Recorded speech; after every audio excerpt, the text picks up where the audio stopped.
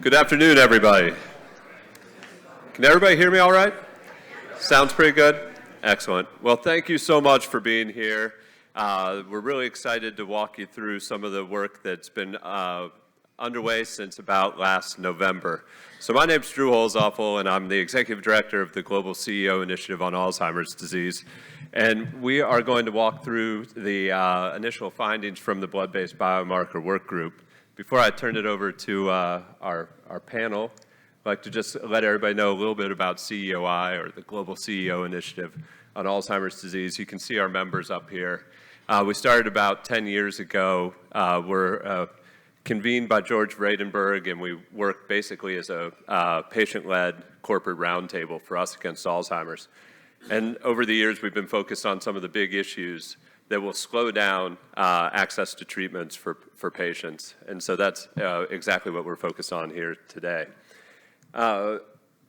In doing this work, we used some of the funds from our members, but we also received additional funds from some additional sponsors. So we wanted to make sure that we said thank you to all of our sponsors. We really appreciate your support for this work. And there's one last group that I really have to appreciate and thank for all their hard work. So we had 3 work streams set up, and you see the leaders here. We have Dr. Suzanne Schindler from WashU, Oscar Hansen from Lund University, Michelle Milkey from Wake Forest University, Chiuda Momo from Imperial College. And then we also have work stream C, and unfortunately neither of our leaders from Workgroup C are here, but Ara Kachaturian, who I'm sure you all know well, is leading Workstream C, and Joan Weiss from HHS. So this has been an incredible amount of work. They've been able to pull together about 80 people very regularly. The amount of time we were given, the expertise, is really impressive. So I thank you guys very much. And with that, I'm going to turn it over to John Dwyer. Give Drew a big round of applause.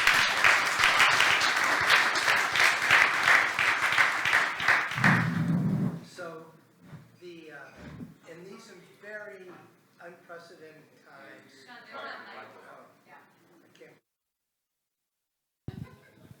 can you hear me now? Okay. In these unprecedented times, to have not 1, not 2, but 3 therapies coming through the approval and reimbursement process in the United States, it puts enormous stress and heightens the importance of finding biomarkers to facilitate the treatment of patients and to expedite future clinical trial work. That was the underlying thesis for undertaking this whole endeavor. And it was done with great discipline and adherence to a very low-key sense of urgency. The objective is the widespread adoption of blood-based biomarkers in clinical practice.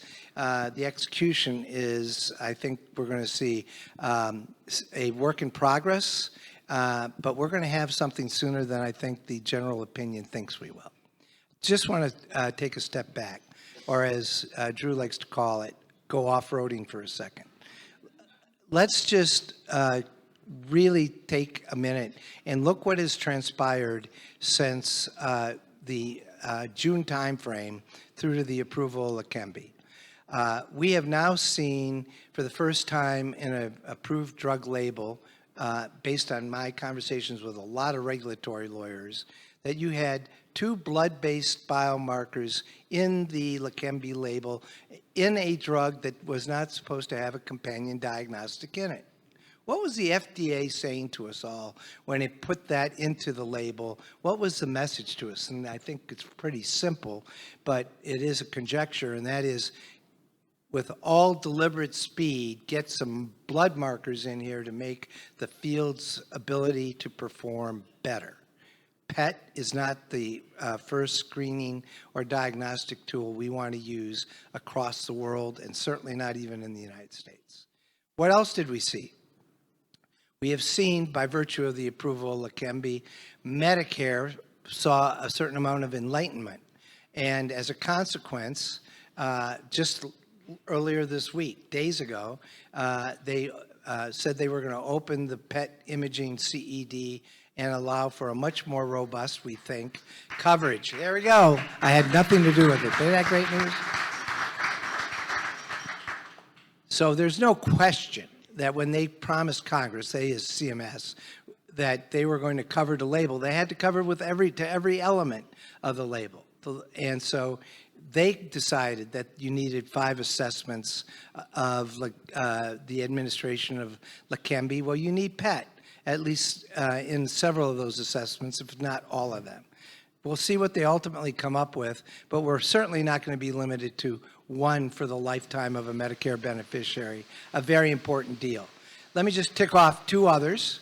The label said you should, which I read as you must, use APOE4 genetic testing to determine the status and risk profile of a patient before administering Leqembi. That's, by the way, both of these conditions I'm talking about now, the first being the PET and second being the administration of a genetic test, are class requirements. So Aduhelm, if it comes back, will have to do this. Leqembi's going to have to do this. Donanemab's going to have to do this in some configuration. That's actually, in my humble opinion, a good thing, but Medicare is going to cover it. Get a qualified, validated genetic test, they're going to cover it. And same with blood tests. What those blood tests need to look like in terms of the level of validation, whether they can get reimbursement under Medicare for a lab-developed test versus a approved diagnostic from FDA. I think that discussion is open, but I wanted to just briefly show you all these very material changes that have occurred, sea changes that have occurred in less than 60 days, and it colors everything you're going to see next about how we're going to advance the markers. Now back to the script. This blood-based biomarker program is initially U.S. focused, symptomatic patients, absolutely dedicated to continue to consider new and emerging data and data sets. And the most important point is, and with all the accelerated changes, these are recommendations and not rigid requirements, and my professional colleagues up here will bear down on that point.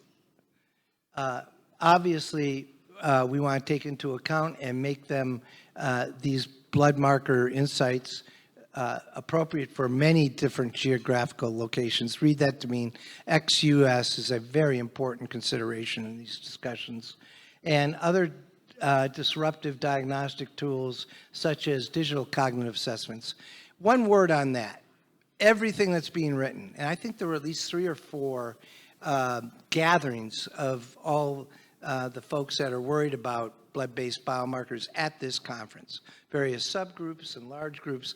There's no shortage of inefficiency in that, but also great creativity in that. I think we're going to also see very quickly that there's going to be a natural inclination to pair new technologies to enhance and enrich our confidence interval around blood-based biomarkers by using digital cognitive tests, retinal exams, oral analytical tests, and it will provide for a better patient experience, a more productive clinical experience. I don't expect all this to happen tomorrow, but just because we're talking about blood-based biomarkers today, we in no way have suggested that these other emerging technologies aren't going to provide great, useful insights into the analysis of the program. But look how much they've accomplished, and I had nothing to do with it. So let me just offer you our gratitude, all of you that kept a very tight schedule. We started this last year at Lausanne, a gathering that CEOi conducts every year and always comes out with remarkably important new ideas. We went to CTAD, then Workstream A was launched, and constant meetings from January through to today. And one of the things was drive to getting work not just done, but available for your review. So we're all here going to talk about some outputs that have really been in the making only 5 months, which by virtue of this science and where we are is a really concentrated and productive endeavor. And now I'm about to hand this over to Susan, but these are the major work groups, key objectives and outputs. We have been rigorous in trying to stay with this, but also keep one eye on the changing field as it evolves. We have had a very good, not overly burdensome steering committee and governance structure that I think actually did a lot to help inform us, because everyone was coming from so many different places to help enrich the discussions. It was really a treat to be part of this endeavor. And now to you.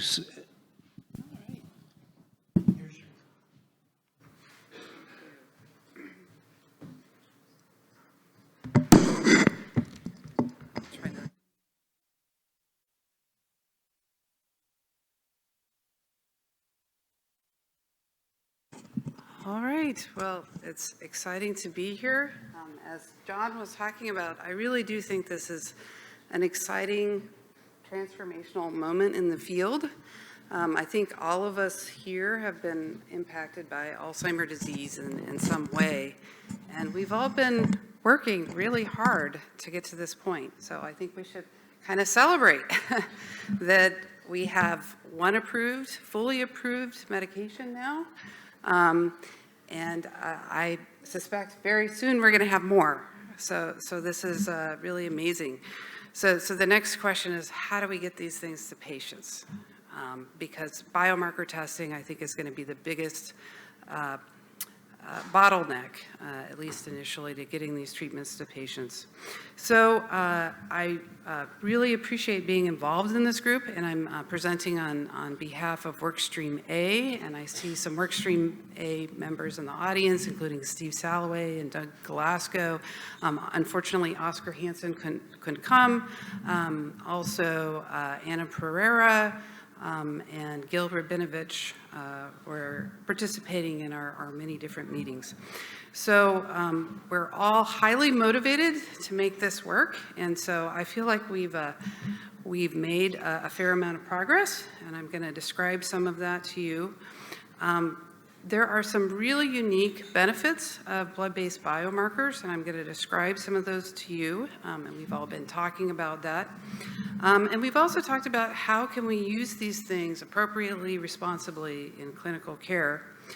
We have a poster, thanks to Chi, at this conference, and we've developed target product profiles for using these blood-based biomarker tests, both as a triaging tool, and I'll talk about what that means, as well as a confirmatory test. And we've even drafted a manuscript, which is nearing submission. So I feel like we've done quite a bit.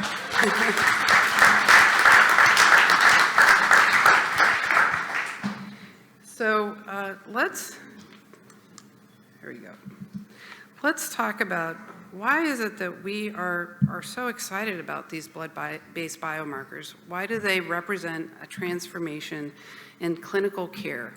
So I'm a dementia specialist, and I see patients on a weekly basis who are coming to see me with memory and thinking problems. And I would say that most patients presenting with cognitive issues, maybe 5% or less of them get biomarker testing, because the sentiment has been whether the test is positive or negative, it doesn't matter. It's not going to affect the management or the outcomes. But with drugs being available, that really changes everything.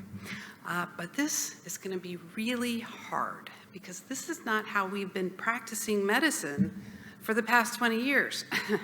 And it's going to be really hard to do biomarker testing on the scale of people that are affected by Alzheimer's disease. So there's not really numbers available on this, but I would guess that clinical biomarker testing is performed in maybe 10,000, 20,000 people a year in the US, not very many. In my large dementia specialty group, we do 7 people a week typically, which is a lot compared to a lot of other centers. So what we're talking about is instead of doing 10 or 20,000 tests per year in the US, I think we really need to get to hundreds of thousands of tests. And how on earth are we going to do this? Amyloid PET is just not going to work. I've ordered one amyloid PET scan in the past 3 years because it costs $6,000 out of pocket. And it's, we just don't have the capacity of scanners. They're very expensive. They require highly trained personnel. And lumbar puncture. So I coordinate our lumbar puncture clinic. And it's a lot of work. Lumbar punctures are very well tolerated, but it is a very different matter than just sending someone to a lab. And so I think the only way we're going to get to the kind of scale of biomarker testing that we need is by doing blood-based biomarkers. So that's why we care so much about this topic. That's why we're here. Of course, we've all had our blood drawn. It's widely available. It has a relatively low burden for providers. You don't need a neurologist or a fancy PET scanner to do this. Most people see blood collection as relatively non-invasive, typically no adverse events. Another issue that I think is important that sometimes isn't appreciated is that blood-based biomarkers may enable greater access to biomarker testing and therefore disease-modifying treatments for medically underserved or minoritized groups. And I can certainly tell you that there's evidence that these groups are not so excited about amyloid PET scans or spinal taps. And I think that one way we can help bring these drugs more broadly to the population is by using blood-based biomarkers instead of these other methods of testing. So next I'm going to talk about some of our key takeaways. We've spent a lot of time talking about all these issues, so I'm just hitting a couple highlights. But we've spent a lot of time talking about how would we use these, both in initial care, primary care, as well as in secondary clinics, so dementia specialty clinics. And we actually had quite a lot of agreement, I would say, in general, about how these things could be used.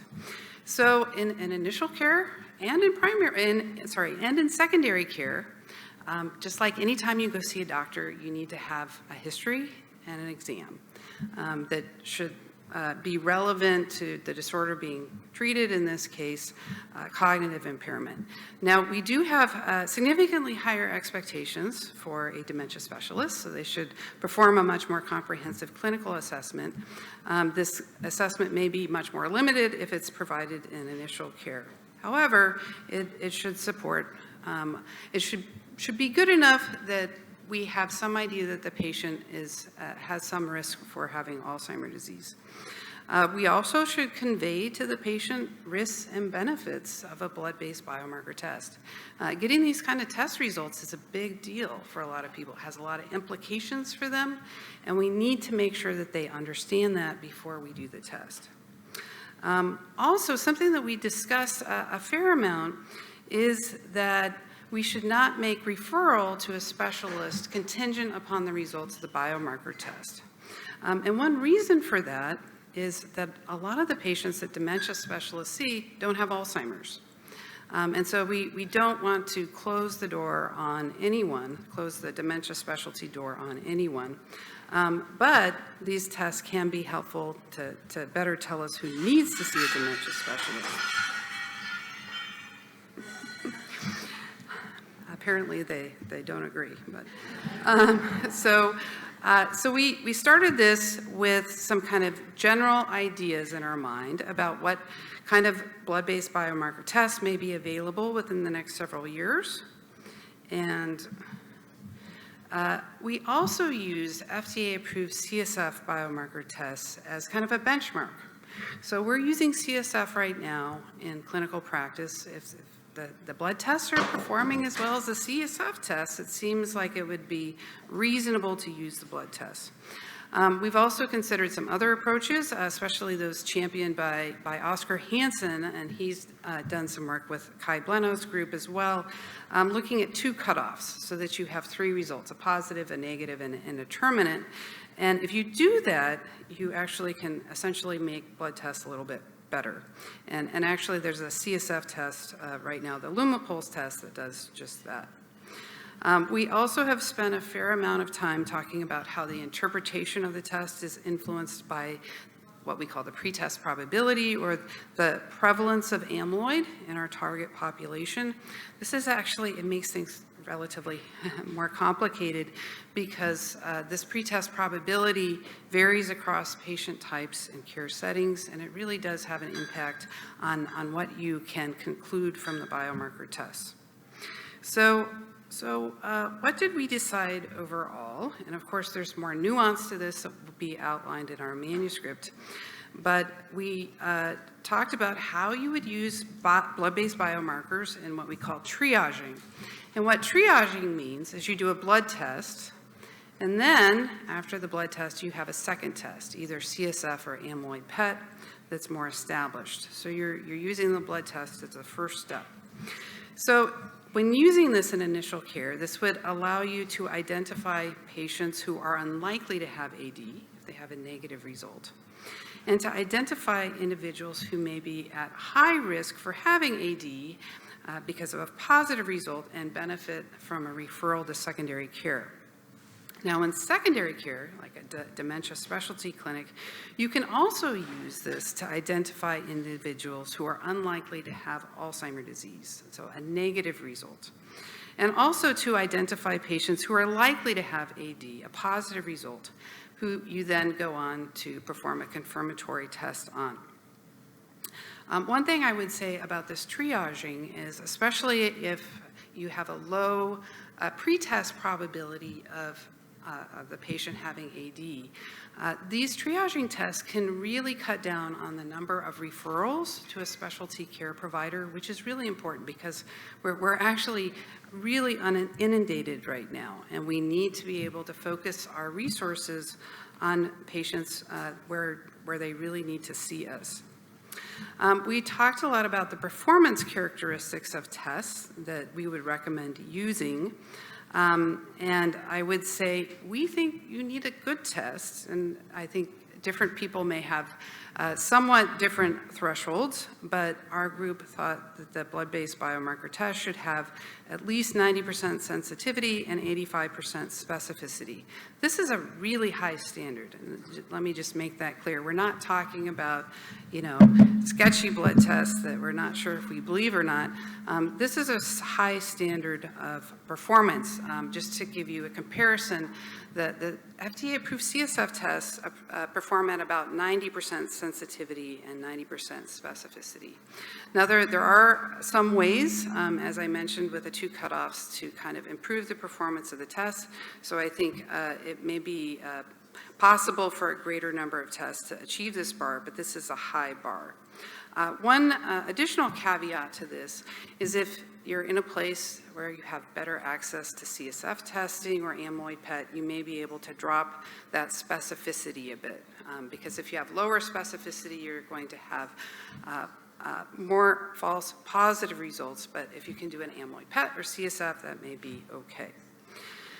So this is the triaging. What about confirmation? What does confirmation mean? So confirmation means you do the blood test, and that's the result.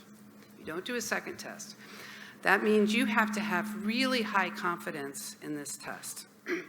And really, we can only use the highest accuracy blood tests in this way.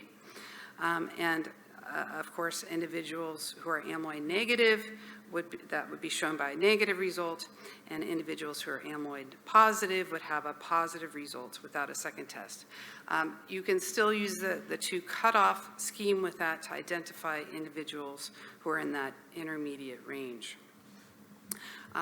For this to really work, you have to be using the blood test in this confirmation way in patients who have a higher pretest probability of brain amyloid.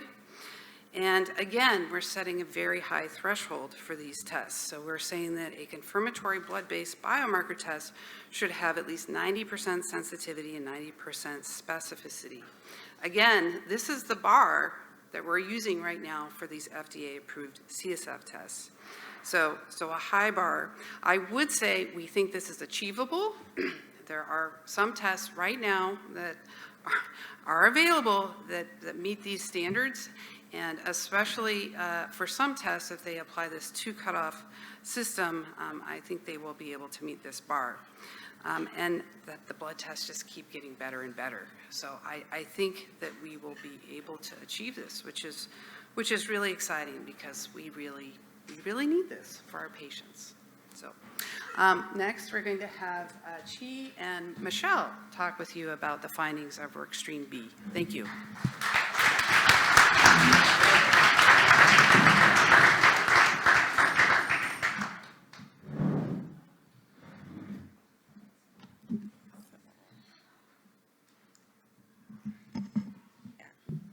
So hi everyone.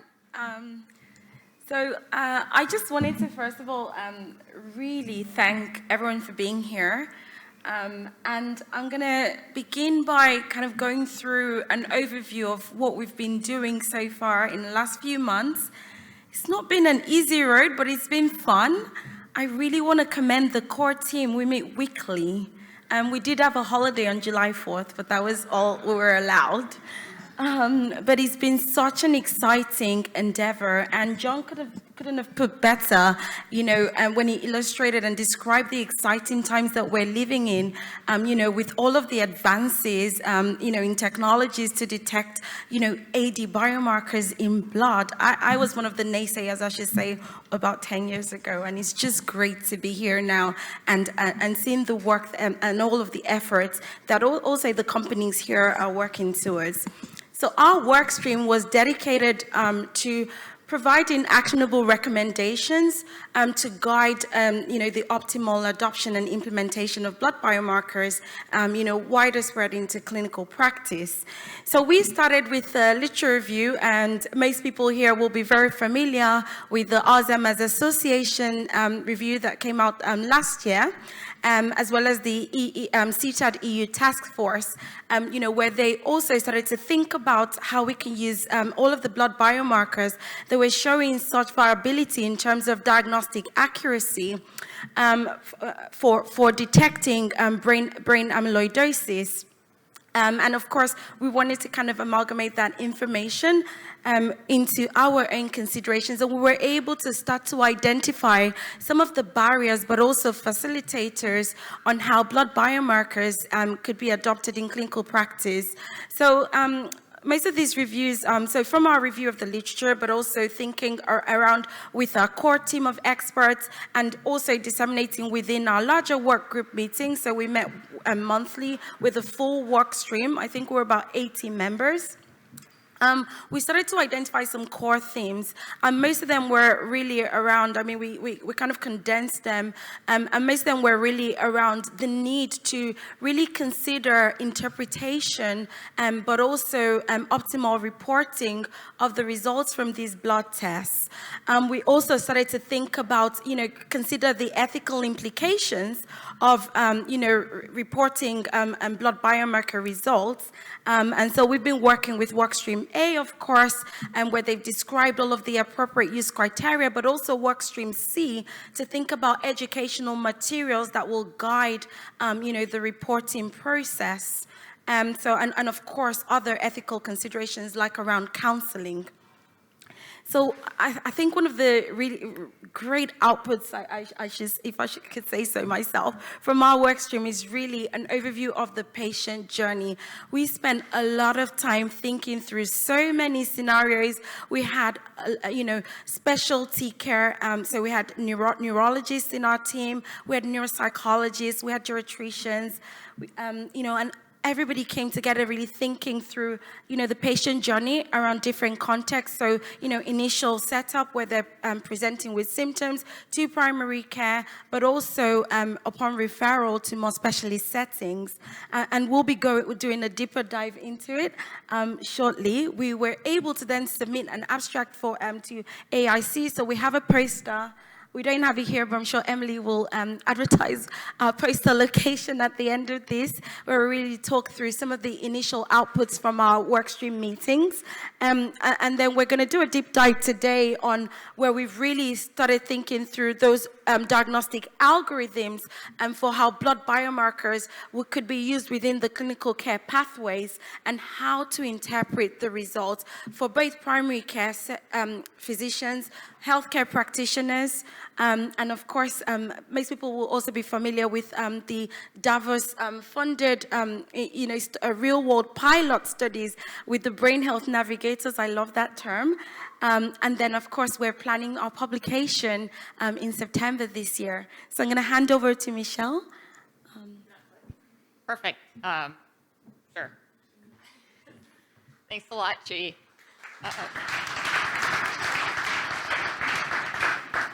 And I also, before I jump in here, again, I do want to thank all the working group members. We've had fantastic discussions, haven't always agreed, but it's been a lot of fun. And you've put a lot of time into it, so thank you very much. So before we jump in to the work stream, I do want to, again, kind of repeat what John said and give you a couple disclaimers beforehand. So again, we did focus on U.S. healthcare system, but even within the U.S. healthcare system, the patient journey is going to differ depending on the insurance, on the symptom or symptom. So of course, this is just a kind of a general guideline. The focus of our work stream was optimizing the patient journey for disease-modifying therapies related to Alzheimer's disease. So as you can see when I show you the next slide, there's kind of offshoots in terms of thinking about other diseases. We're not trying to exclude those people, but it's taken us this long to get to just a guideline for disease-modifying therapies. So we'll have to consider these other scenarios down the road. And then with some of these, as I'll show you, we've gotten various feedback. We've talked to several primary care practitioners, healthcare providers as well. And sometimes you talk to them and they say, well, we can do these procedures in parallel. Some don't like to do it in parallel. So again, we've laid it out, but some of these steps are separated. So I realize that this is really hard to see. So I know your slides are going to come, the slides are going to be sent out. And actually, this is the reason I'm standing over here, because I couldn't see it from over there. So I'm going to highlight, go through. I know we don't have a ton of time, but really the numbers here. Again, we are focusing on symptomatic patients, patients that come in to a healthcare provider. And notice we specified healthcare provider as opposed to primary care physician, because some people will see nurse practitioners, some will see physician assistants, some may be general nurses for their first visit. So in the first step, they come in symptomatic. The healthcare provider will assess patient family history, clinical need, understand whether a further workup is needed and whether the patient is interested, which is, of course, important as well.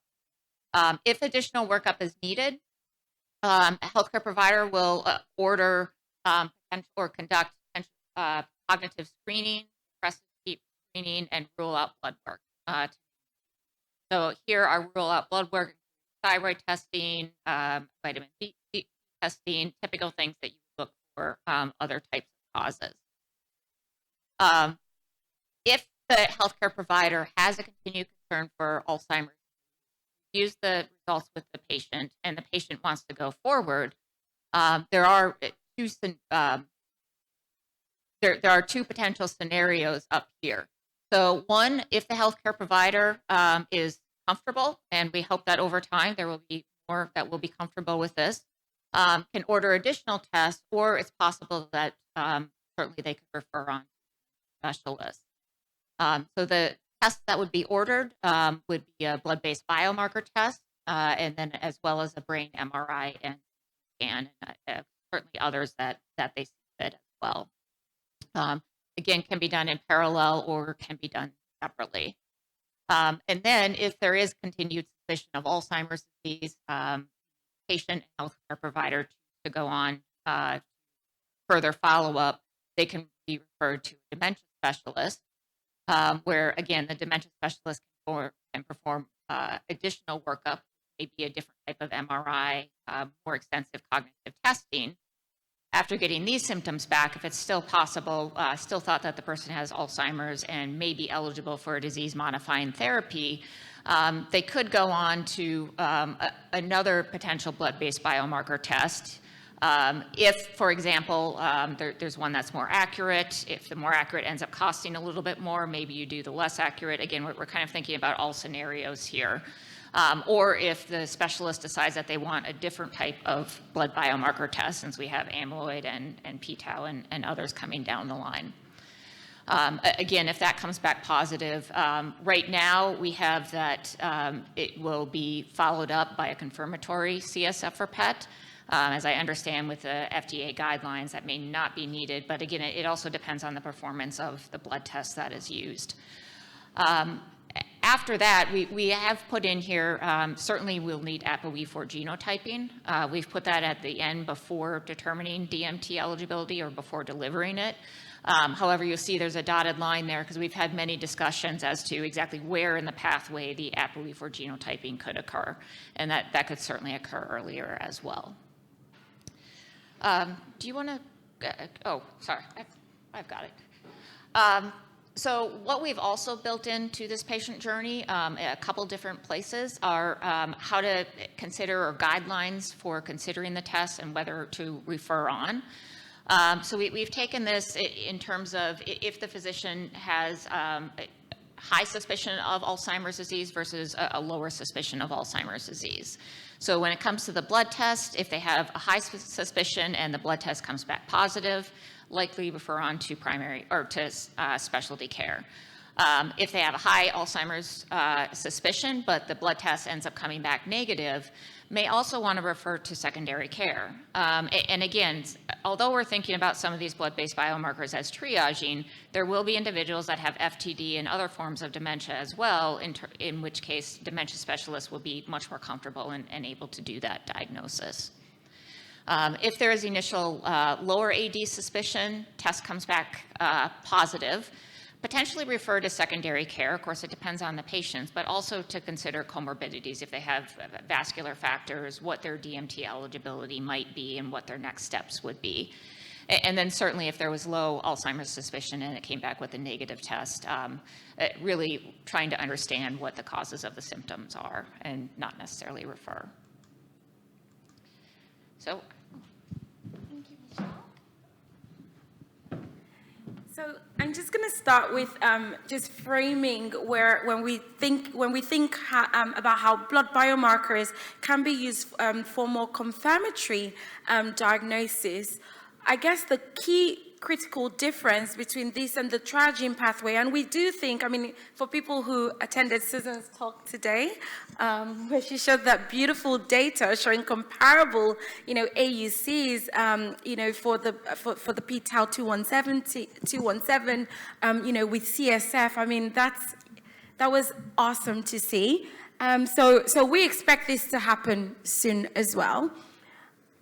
So for such scenarios, I guess the key difference between its utility as a triaging tool versus a confirmatory tool will be the exclusion of this step. And I'm sorry, where's the point? That's the point. The exclusion. Oh, okay. Ignore them. The exclusion of the step where there will be need for referral for LPs or for detection, for direct detection of brain amyloid pathologies, using lumbar punctures or PET scans. And this is so important because there will be patients who these tests are contraindicated for. But I think even from a personal angle as well, I think that when you think about the unavailability of these modalities in resource-limited settings, it shows how these blood biomarkers can actually, can extend from our thinking within the U.S. pathway even towards more global settings. So I'll go to the next slide. So Michelle's provided a really nice overview. I can't see it very well, so I'm going to look at the screen here. She's provided a real nice overview of, the patient journey, through the triaging, and I've kind of explained what will happen, the caveat with confirmatory testing, where patients will not need to be referred for, to either for CSF testing or PETs. But I just want to draw your attention to a few things here. So for the, within the first step, as Michelle's gone through, so, patients, symptomatic patients coming to see a healthcare practitioner or a brain health navigator, once these become even more popular statewide. So the typical tests are performed, and if there is suspicion of AD, of course, the healthcare practitioner would then be able to order, the initial workup that will include like a cognitive screening, some behavioral screening as well, blood work to look at the reversible causes of dementia, and then, of course, we expect that the healthcare practitioner might or might not order an AD blood biomarker test at the same time as neuroimaging. And of course, this will differ from practice to practice in terms of what's available. Where there's continued suspicion, though, of AD, we do have some scenarios that we've kind of put together as well, and items to consider. And this will include, so for instance, at the healthcare practitioner stage, where there is high suspicion of AD and a positive blood biomarker result, essentially, the healthcare practitioner can start to directly consider the patient for eligibility for disease-modifying therapy and start to have those conversations with the patient at that instant.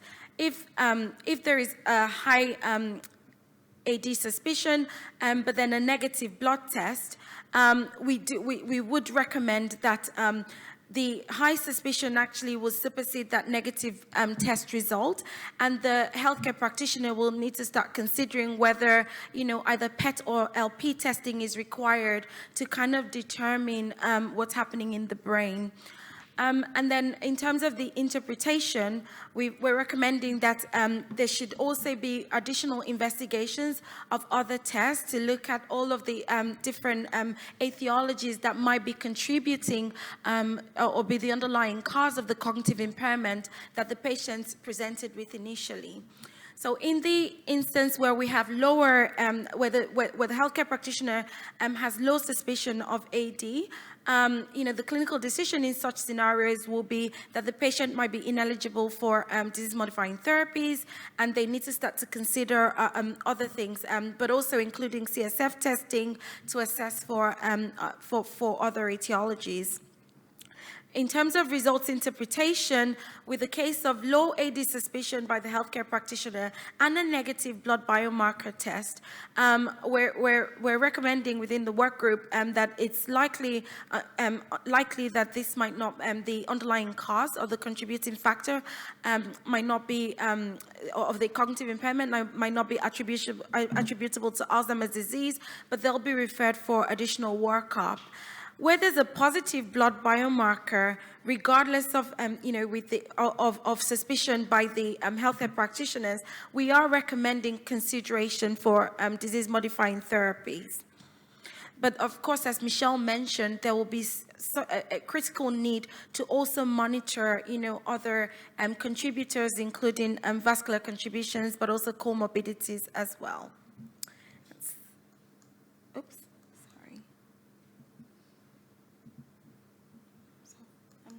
Hand over now to, pardon? Oh, I can go.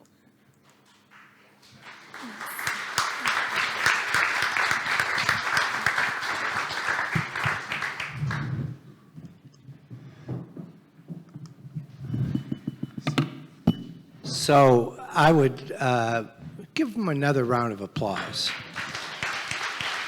Well done. Well done. Hours and hours. The overwhelming reaction one has to have all this hard work is it's the beginning of the beginning. The rate at which we're changing in the field is so fast, but thanks to the hard work of these leaders and all their colleagues, we've created a framework for reasonable decision making. I do want to point out before we go to Q&A, the beauty of this decision making is it does not overly prescribe the choices physicians and patients have at their disposal. I have a friend here, Jessica Cantu, who's part of our colleagues at the El Faro site in the south of Texas, in Starr County, Texas. It's a beautiful place. It has the dubious distinction, though, of being in the top 5 for the poorest county in the United States and the top 5 for the prevalence of Alzheimer's disease. She's in the site director for that clinical trial site, and her colleague, Dr. Tony Falcone's been practicing primary care in Starr County for 40 years. There is a thing called clinical judgment.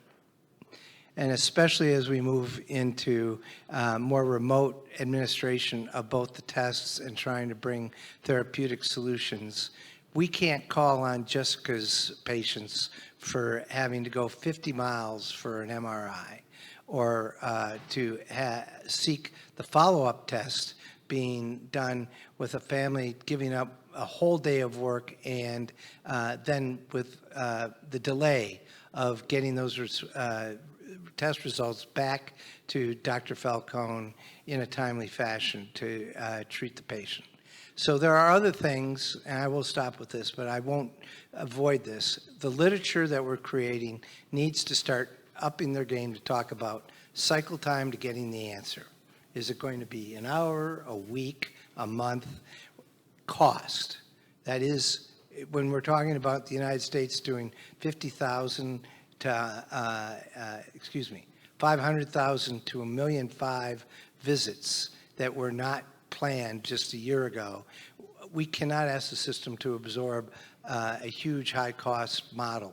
We need to be encouraging accuracy and economics.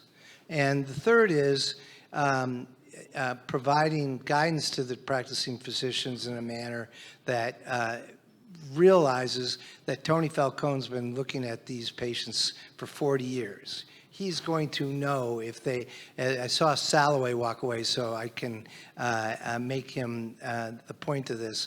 If he has a patient and he's been seeing for 20 years and he asks him, so what'd you shoot in your golf game? And that person doesn't know, Salloway knows there's something going on because no golfer forgets what they shot. It's all that, interstitial stuff that I want to be sure we're capturing and bringing new technologies to assist doctors to get to. So with that, I thank you all and want to give it to Emily to run the Q&A.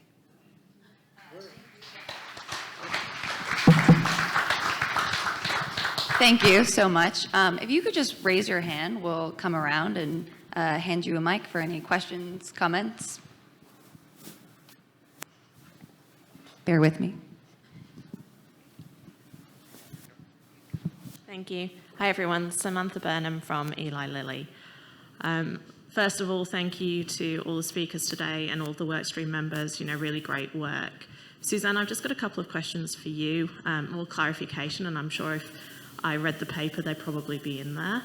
I noticed you talked about sensitivity and specificity for AD, and I just wondered, do you have recommendations for the standards of truth for these biomarkers? And if so, would PPA, MPA, PPV, MPV for amyloid positivity, for instance, be a better representation? And are you thinking about tau as well as amyloid? And secondly, or an additional one to that is also you talked about CSF, and so how well the blood does in terms of CSF. Is that a direct comparison to CSF, or is it like a triangle up to PET? And my final question is you said that these blood biomarker tests, if you use 2 thresholds, may get to this 90%. That obviously comes at a cost of an indeterminate window, and I wondered if you had any recommendations on what would be acceptable. Thank you. Wow, those are great questions. We spent hours and hours talking about all of those questions that you just mentioned. So let me see if I can remember all of these questions. So in terms of sensitivity and specificity of the test, that's what we are talking about with regard to the test performance, because that's something that the manufacturers can determine. But as you're alluding to, the actual clinical performance depends on the positive predictive value and the negative predictive value. The issue with that, using that as kind of an output, is that it depends on your patient population, highly dependent on your patient population. It turns out that if you have a symmetric, say 90% sensitivity, 9% specificity, and you have 50% prevalence of amyloidosis, that your PPV and MPV are actually 90% for both. So that's just the mathematics. So it works out, and it, also I should say that in the IDEA study, where they actually did do amyloid PET scans on kind of our target population, that there was a 61% chance, or 61% probability of amyloid positivity. So basically what we decided about PPV and MPV was that it needed to be about 90%. Again, high thresholds. So you were asking about the standard of truth, and that, again, is a very good question. Something that some people have misconceptions about is they think that amyloid PET is perfect. But actually, if you look at what we use often in clinical practice, it's a visual read. So a doctor looks at the scan, their criteria, and you call it positive or negative. And in many studies, when you look at that clinical read versus the really rigorous research read, the SUVR, the Centiloid, they only correspond, 90–95% of the time. And if you take the exact same amyloid PET scans and you process them in the same way, they only correspond maybe 95–97% of the time. So the point is, amyloid PET isn't perfect, CSF isn't perfect, but you can get to a really high threshold. Really, the way that Alzheimer's has often been defined is in terms of neuropathology. And so neuropathology is the real gold standard, and actually that's how the amyloid PET was validated for FDA approval. So the initial tracers that were FDA approved were validated against neuropathology. And then the CSF was validated against the amyloid PET. So you're kind of getting further and further away. For the blood, it seems reasonable to validate that against the amyloid PET. And the reason that we're using that is because we already have a model. So the CSF biomarkers that have been FDA approved used amyloid PET as their standard of truth. So when we're talking about developing a standard of truth for blood, it seems logical to use the same thing that has worked for CSF. So that's why we're primarily talking about amyloid PET, although the reality is that neuropathology is really key. And then, in terms of cognitive symptoms, of course, I think most of us are aware that you can have your brain full of amyloid and have no symptoms at all. And that's actually quite common. Some of these new tests, the p-tau217 in particular, we find has much higher correlation with symptoms than A-beta 42–40. And we actually have new markers. We just published a paper in Nature Medicine on a marker in CSF called MTBR243 that has even higher correspondence with tau PET and with symptoms. So again, the blood tests are getting better and better. And we think that we'll be able to come up with blood tests that better tell you not just whether someone has amyloid in their brain, but also whether they have symptoms.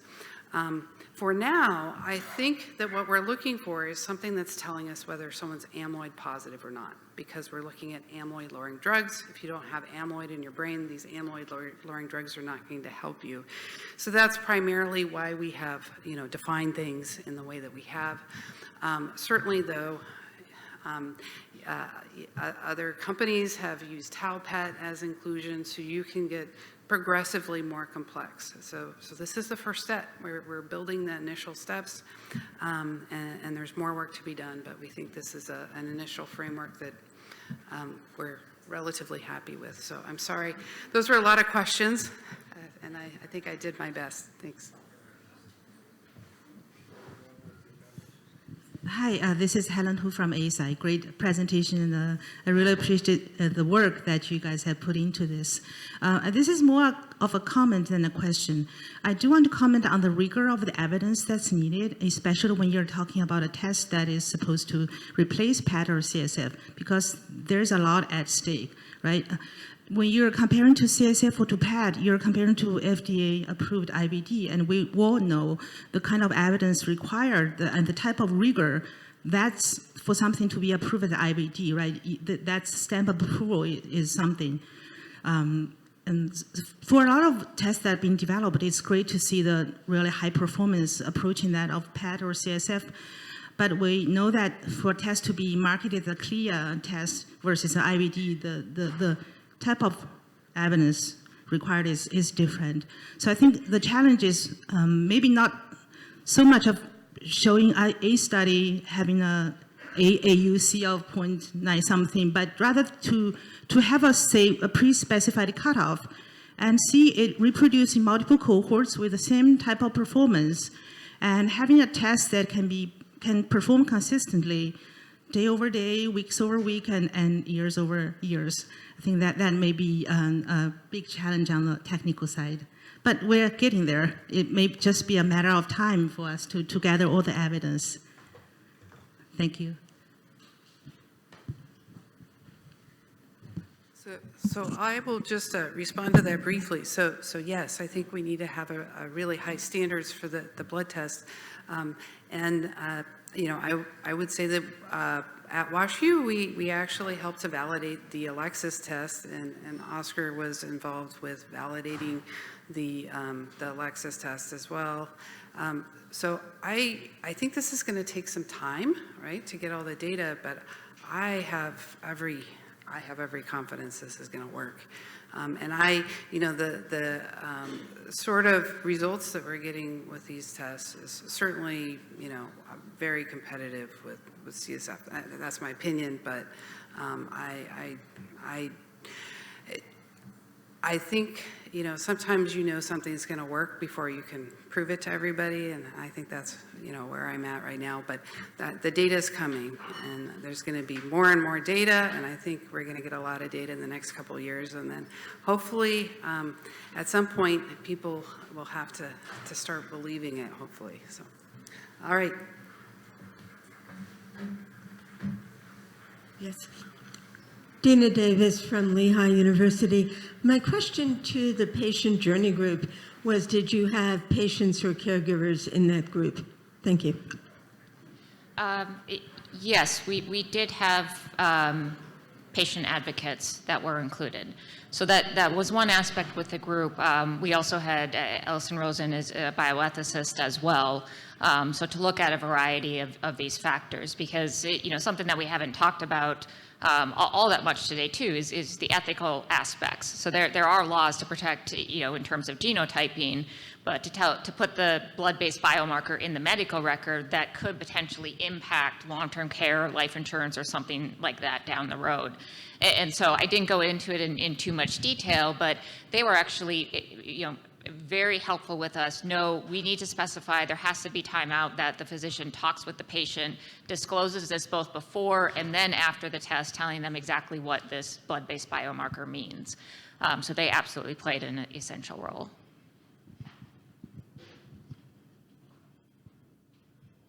Any other final questions?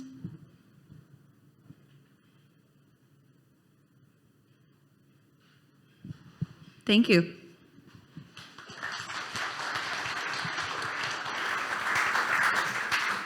That was excellent. Thank you all for your time. There are two last people I want to thank who actually helped orchestrate all this work over the last 6 months. Emily and Dylan. Do you guys mind standing up and just holding up your hand? There we go. Thank you all very much. Have a nice rest of your day.